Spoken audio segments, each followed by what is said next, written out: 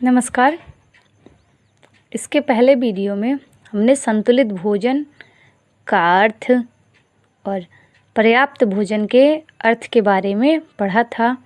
अब हम संतुलित एवं पर्याप्त भोजन को प्रभावित करने वाले तत्वों के बारे में पढ़ेंगे।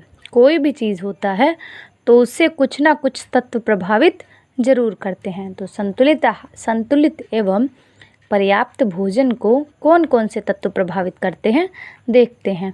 सबसे पहला आता है आयु। जो आयु होती है वो संतुलित आहार को बहुत हद तक प्रभावित करती है।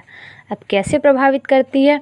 जैसे देखिए, जो छोटे लोग होते हैं, छोटे बच्चे होते हैं, उनका जो पाचन शक्ति होती है वो तेज़ होती है। साथ ही साथ उनके जो शरीर की वृद्धि एवं विकास होती है उसको पोषक तत्वों की आवश्यकता अधिक होती है। इसलिए वे व्यक्ति वृद्धों की अपेक्षा छोटे बच्चों को ज़्यादा पोषक तत्व की आवश्यकता पड़ती है। दूसरा आता है लिंग। तो लिंग, स्त्रियों की अपेक्षा पुरुषों को पोषक तत्वों की मात्रा अधिक आवश्यक होती है, क्योंकि पुरुषों का शरीर स्त्रियों के शरीर की अपेक्षा, उनका शरीर जो होता है वो अधिक गठीला तथा सुदृढ़ होता है। इसलिए उन्हें स्त्रियों की अपेक्षा अधिक पोषक तत्व की आवश्यकता पड़ती है। और जो तीसरा तत्व है वो है परिश्रम। परिश्रम बहुत हद तक संतुलित एवं पर्याप्त आहार को प्रभावित करता है। अब कैसे प्रभावित करता है ये भी जानिए।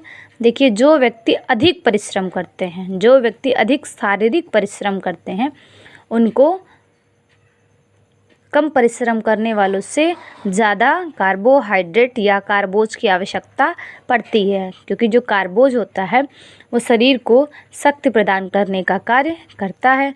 बल्कि जो अधिक मानसिक परिश्रम करते हैं, जो मानसिक रूप से ज़्यादा परिश्रम करते हैं, जैसे कंप्यूटर पे काम करना या बैठे बैठे अकाउंटिंग वगैरह देखना, तो इसमें क्या होता है, आपको मस्तिष्क की ज़्यादा आवश्यकता पड़ती है ना, ज़्यादा कार्य करता है मस्तिष्क। इस अवस्था में उन्हें प्रोटीन और विटामिन्स की ज़्यादा आवश्यकता पड़ती है। बल्कि जो लोग जैसे मजदूरी करते हैं या बैंक में काम या कहीं और काम कर रहे हैं या फैक्ट्रियों वगैरह में काम कर रहे हैं, तो उन्हें ज़्यादा कार्बोहाइड्रेट की आवश्यकता पड़ेगी। और जो अगला तत्व है वो है मौसम एवं जलवायु। मौसम व जलवायु। तो मौसम व जलवायु बहुत हद तक संतुलित एवं पर्याप्त आहार को प्रभावित करता है, क्योंकि जहाँ का मौसम गर्म होता है वहाँ के लोग हल्का भोजन ग्रहण करते हैं और उन्हें ज़्यादा ऊर्जा की भी आवश्यकता नहीं पड़ती है। बल्कि ठंडे प्रदेशों वाले लोगों को अधिक ऊर्जा की आवश्यकता पड़ती है। इसका उदाहरण आप ले लीजिए, ठंड के मौसम में लोग ज़्यादा भोजन ग्रहण करते हैं और साथ ही साथ ठंड के मौसम में बहुत सारी आवश्यक, जैसे बहुत सारे फल सब्जियां मिलते हैं तो सब बड़े चाव से खाते हैं, तला भुना बहुत ज़्यादा खाते हैं। उसी तरह अगर गर्मी का मौसम होता है तो सब उतना ज़्यादा तला भुना नहीं खाते हैं, बल्कि कम खाते हैं। अगला जो है वो आपका है, अगला टॉपिक जो है, अगला पॉइंट जो है वो है स्वास्थ्य। तो व्यक्ति का स्वास्थ्य कैसा है यह संतुलित एवं पर्याप्त भोजन पर निर्भर करता है। जो व्यक्ति, जैसे अगर आप स्वस्थ हैं, आपको कोई बीमारी नहीं हुई है, तो उस समय आप जो भी पोषक तत्व हैं, आपके 6 पोषक तत्व हैं ना, कार्बोज, विटामिन्स, खनिज, लवण, प्रोटीन, जल और कार्बोज, हाँ इतने सारे जो तत्व हैं आपके, इन सबको आप ग्रहण करते हैं अगर आप स्वस्थ होते हैं। बल्कि अगर आपको कोई बीमारी हो गई है, कोई रोग हो गया है, तो उस अवस्था में जो डाइटिशियन होते हैं उनके द्वारा बताए गए हम पोषक तत्वों को ग्रहण करते हैं, ना कि सारे पोषक तत्वों को एक साथ ग्रहण करते हैं। फिर आता है आपका जो अगला है वो है विशेष अवस्थाएं। विशेष अवस्थाएं, कुछ अवस्थाएं ऐसी होती हैं जिनमें हमें अधिक पोषक तत्व या कम पोषक तत्व की आवश्यकता पड़ती है। व्यक्तियों की कुछ विशेष शारीरिक अवस्था भी पोषक तत्वों, भोजन के प्रकारों आदि को प्रभावित करती है। अब कैसे प्रभावित करती है ये देखिए, जैसे कि गर्भावस्था में या रोग से निवृत्त होने की अवस्था में, जैसे आपको कोई बीमारी हो गई है तो उसके बाद से उसके कुछ समय पश्चात आप क्या करेंगे, जैसा पहले भोजन ग्रहण करते थे वैसा भोजन नहीं ग्रहण करेंगे, बल्कि हम कुछ अलग भोजन ग्रहण करेंगे। उसी प्रकार ऑपरेशन के पश्चात की अवस्था में, अगर आपका ऑपरेशन हुआ तो उसके बाद से हम क्या करेंगे, जो पहले भोजन ग्रहण करते थे वैसा ग्रहण नहीं करेंगे, बल्कि जो हमें बताया जाएगा उसको हम करेंगे, उस भोजन को ग्रहण करेंगे।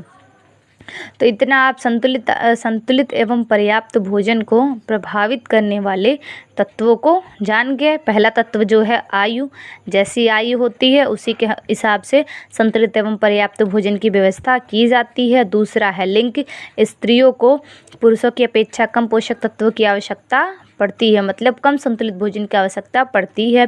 तीसरा आता है परिश्रम, जो ज़्यादा परिश्रम करते हैं उन्हें ज़्यादा पोषक तत्व की आवश्यकता पड़ती है, जो कम परिश्रम करते हैं उन्हें कम पोषक तत्व की आवश्यकता पड़ती है। फिर चौथा आता है आपका मौसम एवं जलवायु, जैसे कि कश्मीर और शिमला इन सब जगहों पे चले जाए तो यहाँ पे आपको जो ज़्यादा ऊर्जा देने वाले तत्व होते हैं वो ज़्यादा मात्रा में मिलेंगे, बल्कि आप जो गर्म प्रदेश है जहाँ पे ज़्यादा गर्मियाँ पड़ती हैं वहाँ आप चले जाइए तो वहाँ पे आपको क्या मिलेगा, ठंडी चीज़ें, जो ठंड पहुँचाए शरीर को, ऐसी चीज़ें पीने को मिलती है। जैसे आप केरल में चले जाइए तो आपको नारियल पानी पीने को मिलेगा, तो वो शरीर को ठंडक प्रदान करता है।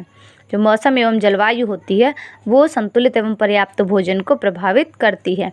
फिर अगला जो है वो है आपका स्वास्थ्य। तो स्वास्थ्य बहुत हद तक संतुलित एवं पर्याप्त भोजन को प्रभावित करता है। व्यक्ति का स्वास्थ्य अच्छा होगा तो वह संतुलित एवं पर्याप्त भोजन पर्याप्त मात्रा में लेगा, और अगर अच्छा नहीं होगा तो जैसी रोग की अवस्था होगी या जो रोग होगा उसके हिसाब से भोजन ग्रहण करेगा।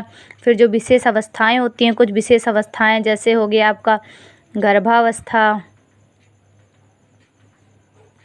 ऑपरेशन के बाद की अवस्था,